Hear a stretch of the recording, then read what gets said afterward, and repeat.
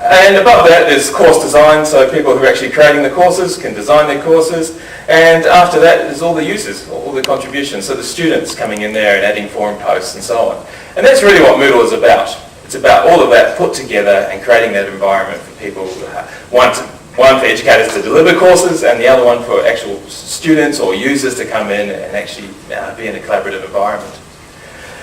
It's probably very important to note what Moodle isn't. It is not a lot of things. It's not a student information system. It's not repositories. It's not a web conferencing tool. Other things up there I've got. So it's not actually about authentication. It's not about reports. It's not about managing plagiarism. Now, Moodle can do some of those things. It does some of those things very basically. But it's not actually what Moodle's about. And there's actually a lot of pressure on the development of Moodle to incorporate all these different things. Everyone wants something new. And so at the moment, there's a huge push on the developers to get web conferencing software in there and so on. And Martin, who leads the development team, he's very good. He actually says, no, Moodle is a course management system. We'll focus on doing that and we'll do it really well.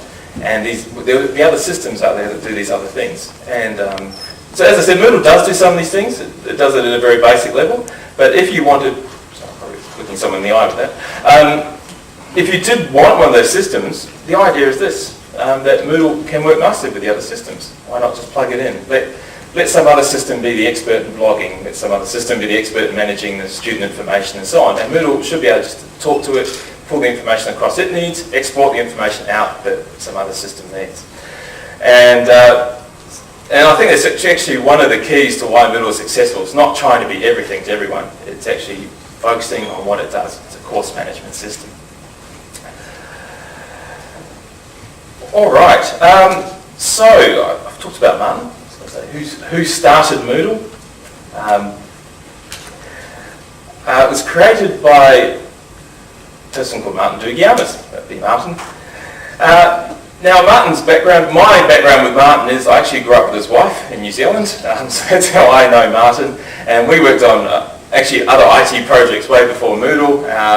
And so I actually got involved in Moodle development when he first started it. He just said he needed a programmer, so I actually used to hop on my bike and bike over to his house. And we'd work in a study at his house and program on Moodle. It kind of grew from there. So I've been very lucky in that aspect of actually seeing Moodle grow from its very beginnings. Martin's background and how he created Moodle, though, is quite interesting. He was the webmaster at Curtin University, university in Western Australia, in Perth. So he looked after the websites and so on, and this was in the mid to late 90s. He was working out there. And so e-learning was kind of just taking off the concept of it that teachers could put notes online. It was actually quite an amazing thing to do. And so at that point they started using a certain commercial LMS. What would happen is, it was actually the very beginnings of that product, and the lecturers would come to him and say, look, the system's just locked up, can you reboot the servers? Go, sure. But then they would come to him and say, hey, we don't quite like how these features work, can you do something about it? Can you tweak the code? And in the early days, Martin had access to the developers of this other software, but as that grew, he didn't, and he knew he could actually change it. It actually became commercial a bit later on. And so he wasn't allowed to change it. And so he'd say to lecturers, well, I can change it and I can tweak it, but I'm not allowed to because there's a license on the software that stops me doing it. And Martin is a brilliant programmer. He could easily do it. So he actually started thinking that there's got to be a better way about doing this, about delivering online e-learning. And so he started thinking about this, and he just finished his master's degree at Curtin, and he started doing a PhD. And so that would be the PhD title, the use of open source software to support a social constructionist epistemology of teaching and learning within internet-based communities of reflective inquiry. Yeah, which is like a great big PhD title. As he said, you could play buzzword bingo with that one. So he kind of got all the main words in there that he needed to. The interesting thing was this, though. He phrased it really well. He was actually doing the research on the community, and Moodle was only there to support the research that he was doing. But the problem was Moodle actually took off, and he never finished his PhD, unfortunately. He's got about 80% complete. It's actually a Moodle site in its own right. It's interactive and so on. It's really interesting to look at it.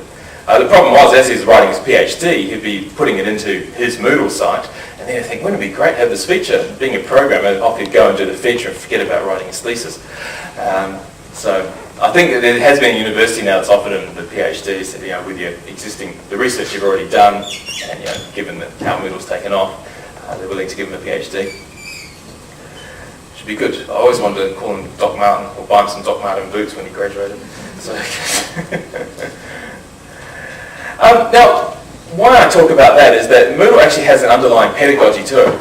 And the idea is that a piece of software developed by a developer is notoriously bad for users, whereas Moodle is actually developed from an education standpoint. It has an underlying pedagogy to it. It's designed by someone who has education in the back of their head.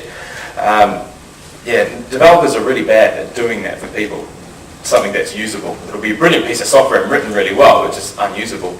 Moodle comes from the other standpoint, that it's designed for people, educators to use it.